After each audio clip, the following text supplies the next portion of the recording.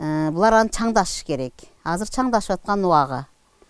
Анан биз муну эрте сентябрдын аягында жабабыз. 2 кат кленка кылып жабабыз. Баткен шаарынын тургуну Мавлюда Арапова үй бүлөсү менен 3 жылдан бери күнөскана иштетип келет. Ал Өзбекстандан 70 түп лимон көчөтүн алып келип олтургузуп, былтыр алгачкы түшүмүн алган. Азыр 3 жылдык лимондор ачылып атат азыр. Биринчи жылы кичине саган, экинчи жылы бир элкилача салды. Азыр мына 3-чү жылы мына гүлдөп атат. Эми Кудай кааласа жемишин берет быйыл. Дыйкан айымдын үй бүлөсү күнөсканада лимондон башка дагы бир катар жер жемиштерди өстүрүп көрүүдө. Учурда анын баласы менен жолдошу 8 соток аянтка дагы башка күнөскана куруп, бадыраң өстүрүп баштаган. 2020-жылы мэриядан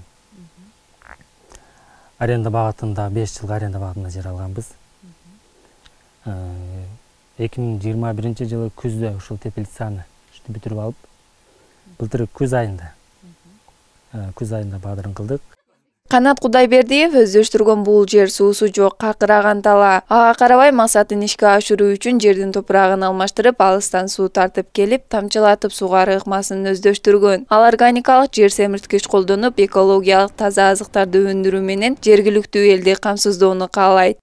Биз бул өстүрүп аткан бадырыңдарыбыз органикалык жактан таза. Булардын астына бардыгына биогумустар салынган, химикалык багалар аз составда колдонулат. Колдонбайт. Бул көбүнчө бул көп проценти биогумус менен бышат булар.